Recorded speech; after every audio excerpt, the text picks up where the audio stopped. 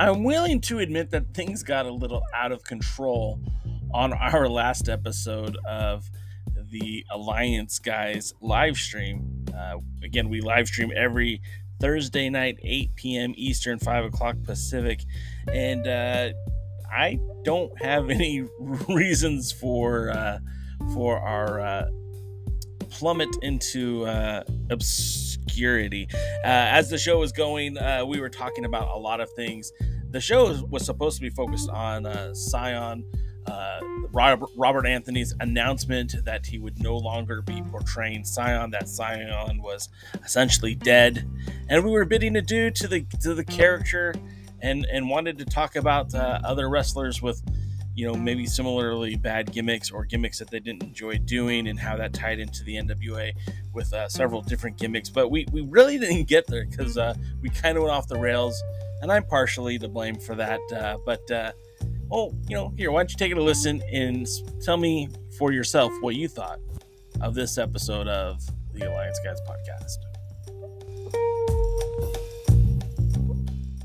You believe that there are some people in this world that did not tune in to the Alliance Vlog podcast. Shame on you! Shame on you! My name is Ella Indy, and I'm one half of the NWA Women's World Tag Team Champion. And I'm Kinsey Page, the other half of the NWA World Women's Tag Team Champion. And you better go listen to the Alliance Vlog, what is it called again? Podcast, period. Or you're ugly. Period. Power approved. So long, Cyon. And there's a specific reason why we're saying so long to Cyon, because, well, bye, Cyon. He's gone. Apparently He ain't he's here. gone. What's Now, that? I said apparently he's gone, but do we know Zion is gone as well? Well, I mean, sure. I mean, I know who he is. He's the evil twin of Cyon. Yeah, but I mean, I'm wondering if they're smart and dropping the storyline altogether, or if they're going to keep the other masked idiot around. I mean, like, it's out there. If people want to know, we could spoil it, but I don't like doing spoilers. I don't like ruining it for some people, because some people enjoy the mystery of it, right? Like, we never mentioned that Robert Anthony was Cyon, and in fact, this is the first time I've said it publicly, right? But I didn't say it before he did. He outed himself on his own podcast, which I know the other guys were talking about that yesterday, and it was pretty interesting. What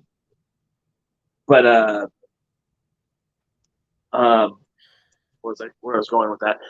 You should check it out. I think it's called Potting with Ego or something like that. It's the podcast for Robert Anthony. He has Joe Alonzo on there, his protege Joe Alonzo, and a lot of it's a very interesting take on pro wrestling. He kind of gives you some insight. Obviously, he has his own ideals, his own beliefs, and he'll share those with you without hesitation. But what I liked about kind of coming clean is he was diving into what made him hate this gimmick. And it's interesting, and this is kind of what DK and I wanted to talk about was, the NWA is in this weird, precarious position because it kind of there's a benefit for using talent with names, right? If you put a poster up and it has Chris Adonis on that poster, just from name recognition and the eyeball test, I know who that guy is. He wrestled in the WWE. Or, even conversely, like EC3, he's a guy that's been to the top. He's on television. A guy like Tyrus, even though none of us like him, his face is unmistakable. You know exactly who that dude is. You know where he was. And it's not, you don't have to saddle that person with a mask or anything like that. But a guy like Robert Anthony, who, has an established career on the Indies. Like, don't get me wrong. He's got legitimate name value on the Indies. I remember the name Ego Fantastico for quite some time before seeing Robert Anthony in the NWA. And, Ego Fantastico had a pretty stellar independent wrestling career. It's not over, obviously. And but what's that? and a small following. Yeah. And I don't mean small in an insulting way. I mean, for an independent guy, he had a following as, his masked persona. But I think there's a problem though, right? Because if you have a talent who says, "Hey, this is literally killing me to do this. Like, I have no desire to continue with this career." And that's the thing. Go listen to the interview. I'm not trying to put words in Robert Anthony's mouth. I mean, he's literally saying that his mental health was suffering from this. And think about it too. Like I felt like they kind of they sunk that character long before he told him he didn't want to be that character. When we look at Cyon, when he first came to the NWA, when he first made his power debut, DK, tell us what you were saying off the air about Cyon. Well, he came in, and this is something that you brought up before. He kind of came in as an anti question mark, whereas question mark was goofy and a little silly, and the only thing he ever said was "karate" or whatever. I mean, and they kind of did the same thing then when they started having Josephus wrestle and question mark, and even though everybody knew they were the same, I mean, come on, people. I could see. Oh, and to respond to whoever said that, I guess it was Media Empire. Yeah, I mean, a lot of people wouldn't know that was Robert Anthony because a lot of people don't know who the hell Robert Anthony is. The thing to consider is Robert Anthony did have a small following on the internet. Yeah, I mean, the independent scene, especially in Chicago, the Midwest area, Robert Ego Anthony, yes, absolutely. But on a national level, not really. And like a few dark matches in AEW does not make a career, Right. And, just to the average fan who only watches whatever it is they watch, you would just have to look into it. But, the character was weird from the beginning. He came in masked, and they were basically calling him the Mystery Man or something like that. And it was like, why are you here, Mystery Man? I was brought in by William Patrick Corgan. So I could do what William Patrick Corgan needed to be on. Well, that was more Winston Churchill than Simon. Anyway. I kind of felt like it was a little bit like, I can't think of his name right now. The old news anchor. Whatever. We'll go. Yeah. So anyway, so Walter Cronkite. Okay, that works. Walter Cronkite. So for a little while, or Nixon, yeah, could have been Nixon. But I think it was. That worked too. But yeah, he kind of came in. I'm here for William Patrick Corgan, and only William Patrick Corgan knows why I am here, because that's why I'm here is because of William Patrick Corgan. And so, okay, yeah, that meant a lot to us. So, and I don't answer to floozy reporters. Yeah, so I don't think he called me a floozy, but he should have. He was dull. He was boring, and absolutely nothing they were doing was going to get him over. So he starts out as a face, and we never ever found out why William Patrick Corgan brought him in. William Patrick Corgan never acknowledged him in any way, shape, or form. So he came in as a face in the first set of tapings. So then the second set of tapings, he was a heel. We don't know why he was a heel, but he was a heel. And he had a new name, Cyon. We don't know why that was his name, but he had a name. So he went from Mystery Man to Cyon. And now he was no longer there for William Patrick Corgan. And then he was there because of his dad. Because his dad was a former world champion. I didn't say what type of world champion. Just a former world champion. Well, they even like tried to play it off. He is a former NWA champion, but they never said what division, what weight class, what nothing. Could have been tag team, could have been TV. I mean, who knows what it is. And so, and then the next, so, they gave him that national title run, which started out strong with him defending on the Indies. And then, of course, fizzled out by the time he lost it. He's like the longest reigning national champion they had. And, but sorry, I got to point this out real quick. Mike says, because Willie had mentioned Robert Anthony was trained by former NWA World Heavyweight Champion Harley Race. Then Mike, our pal Mike, demonetized Mike, says he was dull, he was boring. Yup, trained by Harley. Ouch. I don't think that's 100% fair because Harley was far from dull or boring. But the gimmick he had prior was not dull or boring because I've looked it up. Ego Fantastico. Yeah, I mean that was a character. So don't say it was Harley Race that he was dull and boring. He was dull and boring because that's the way he was being booked in the NWA.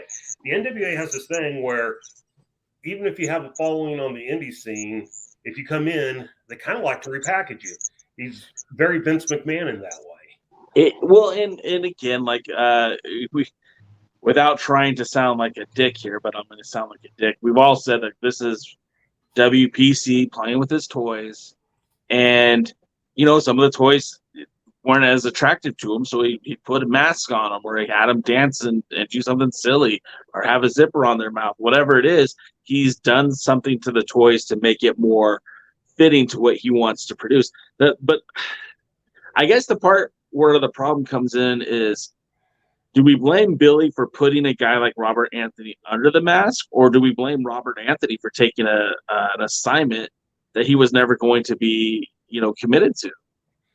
Yes. I mean, you start with Billy Corgan, who booked the thing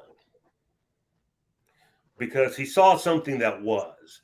Yeah. And I'll give Robert Anthony the leeway that he may not have understood where it was going with Billy Corgan, because I doubt Billy Corgan knew where it was going with Billy Corgan. And well, the fact that he had 2 or 3 starts and stops tells me Billy Corgan didn't have a plan for him. And, again, no offense to Dave Marquez. If Billy shows up with a plan, I tend to think it's one he wrote or pulled out of his ass just before he shows up. Because nothing comes across as being planned. And if he's still on his big 20-year plan because 5 or 6 years in, he was supposed to be on TV and we're going to count YouTube as being TV. Or he was supposed to have a show. Maybe it wasn't TV. Okay, sure. He had that 2 years in. And we haven't gone much from there. Jaden's popped up, so let's ask Jaden. Jaden, whose fault is it? The guy that's booking him like crap, or the guy that agreed to do this crap? A long time ago in a galaxy far, far away, Hayden Christensen was given the role of Anakin Skywalker.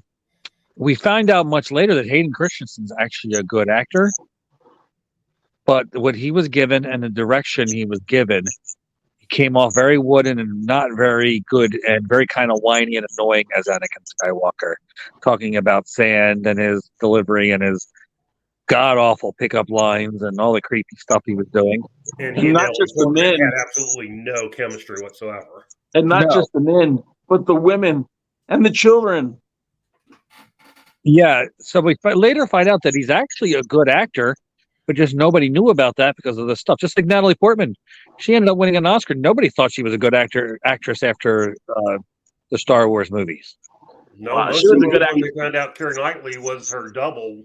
We're like, well, they should make Keira Knightley. Her and Keira Knightley should have switched places. No, she couldn't get jobs after that because they thought the Professional was a fluke. That was her big role before Star Wars. Really? Yeah, it was a really good movie. You should check it out. I haven't seen it yet. She was 10. I was a big Natalie Portman fan, so I feel like there was a lot of movies she did like or was good in. Like there was that movie where she gave birth to a baby in a Walmart. I don't remember what the movie was called, but Oh, I don't remember it. That one up. Yeah, I don't remember the movie, so I have to say. But I remember she couldn't get work in Hollywood for a while because of what Star Wars did. But yeah, she actually is an excellent, and that's what I'm thinking. It doesn't matter if you don't understand, if you don't have the direction, you can be the greatest actor in the entire world. If you don't have the right direction, you can't take that with ever. And if you don't have the power to take it, you want to take it, like Dusty Rhodes kind of did with the polka dots, then you can be the greatest wrestler in the world with the greatest personality. But if you can't showcase it, then I have to say it's definitely the person who's giving you the gimmicks, the director's fault. Went a long way to say Billy Corgan's fault. the movie I was thinking of was called Where the Heart Is, but that actually was released in 2000. So your point still remains, Jaden. Yeah, she did a lot of great stuff. And Thor and Love and Thunder. Yes. We're trying not to remember that one, okay? I said it before. I don't think it was as bad as everybody else was hating on it. I gave it a long time before I saw it, and it wasn't as bad. It wasn't, I would call it good, but I definitely don't think it was as hate-worthy as it got. Well, that may have been the way it was with me when I watched Flash, even though I saw it pretty, quick after it was released. I had absolutely no expectations for it. So then when I finally ended up watching it, it's like, well, that wasn't that bad. Yeah. Hey, Natalie Portman was in Mars Attacks, so I'll take your apology whenever you want to give it. That was a great movie, I have to say. But I don't remember Natalie Portman in it. Now that you say that, now that I think about it, you're right. But she didn't stand the first daughter. Yeah. Have you seen The Professional, though? I've seen parts of The Professional. I never saw it all the way through. It's a very excellent movie. I have to give it credit. It was very, very, very good. But yeah, so getting back to in the NWA currently, there's several wrestlers under masks. Do you think that putting a wrestler under a mask is a good idea, Jaden? I mean, you've worked on the creative side of wrestling. Is that a good idea, or is it trying to shoehorn somebody into a gimmick? First of all, I wish somebody would put a mask on Dave Dahl. I know a guy that knows a guy. So do all the fans. Yeah. But seriously, I've seen people be giving mask gimmicks and turn it into something. I still think 5-star Matt Classic was better than Colt Cabana. I liked that Matt Classic gimmick. I thought that was great, and a lot of people did too. Yeah. And, if the person, it has to, first of all, they have to understand the assignment, and the person given the assignment has to understand the assignment, and they have to commit, and they have to have talent. There's 4 things need to be to get a mask gimmick over. I absolutely loved when Cyon was Mortis. I thought that was amazing for some reason. I just loved everything about that. It was done. I think it was Cyon probably that got it to be so good. But it's great. There are, again, people can be with talent and personality, and if they understand the assignment. I was waiting for DK to pop. I could tell he was reading it, so I was waiting to see his reaction. I didn't say a word. I just let him go. Yeah. I can tell he's reading his lips were moving.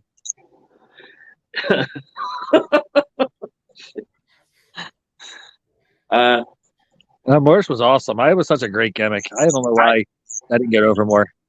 Okay, so here's where your boy Jay was totally wrong about things, because that whole Blood Runs Cold thing, I was like, this is going to be great, man. This is going to be awesome. This is going to be what takes WCW to the next level. It's like, not really. And then we get the NWO, I think that a year after, or maybe even 6 months after, and it's like, Blood Run what?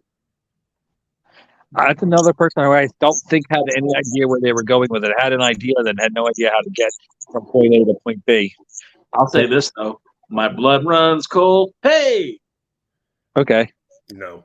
That's kind of like... I like Brad, too. What was the name of that guy? This is probably before any of your times. But Crocodile Dundee. Remember Crocodile Dundee? Phil Hogan? Yeah. So after the success of the movie, of course, WWE had to have a gimmick. Outback Jack. The greatest horrible wrestler of all time. I mean, Time a kangaroo down, spoke. Time a kangaroo down. Oh, Matthew Underwood corrected me. It's Paul Hogan. Paul Hogan. They brought in Outback Jack or whatever with every vigilante, video package. Why can't I remember the word? Vignette, yes. Of him, basically doing all the same things that Paul Hogan was doing in the movie and everything. That's not a knife, that's a spoon. Yeah, and so they bring him in, and of course, at first, they're putting him over and everything like that.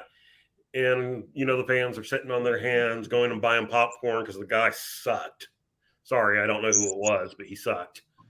Outback Jack, what are you talking about? Well, I didn't know if he was somebody else before on the indie scene or what. He didn't look like it, or not in the indie scene in Territory Days or whatever. But, yeah, it was bad. And so, like, 4 months after he worked as a jobber, and about 2 months after that, he was gone. Well, he was trained by Les Thornton, but we don't let Les Thornton admit that. Yes. Those flights from Australia got expensive, and McMahon was just like, we can't keep doing this. Probably. We're not bringing him in from Australia to lose. Well, I think that's why they got rid of Corporal Kirshner, too, because every time you got to get him off the base, you got to get a permission from the drill instructor. I mean, come on, it gets expensive to do these things. Duke the Dumpster Drosy, you know how many cans he missed wrestling for the WWE? Didn't Corporal Kirshner go on and do something else, though? Super leather.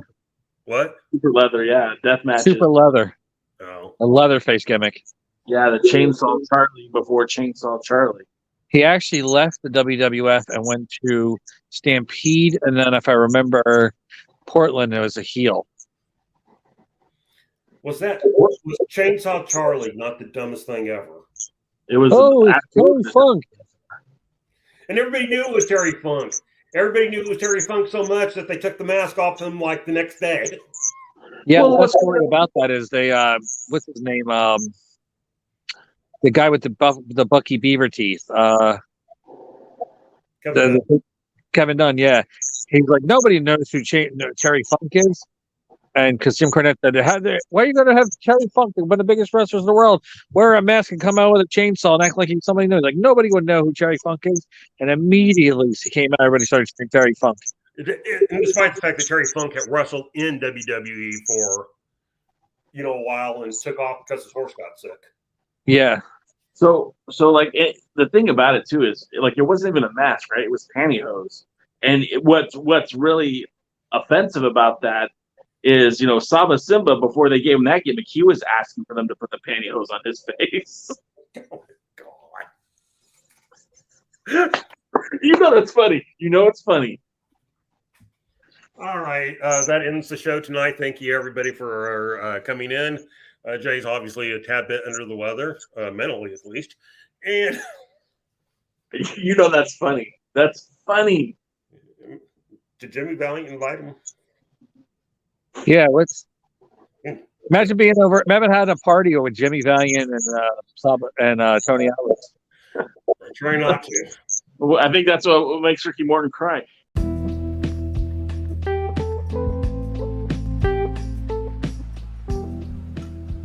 Thank you for tuning in to the Alliance Blog Podcast, a presentation of Alliance-Wrestling.com, the premier source for news and information for the National Wrestling Alliance.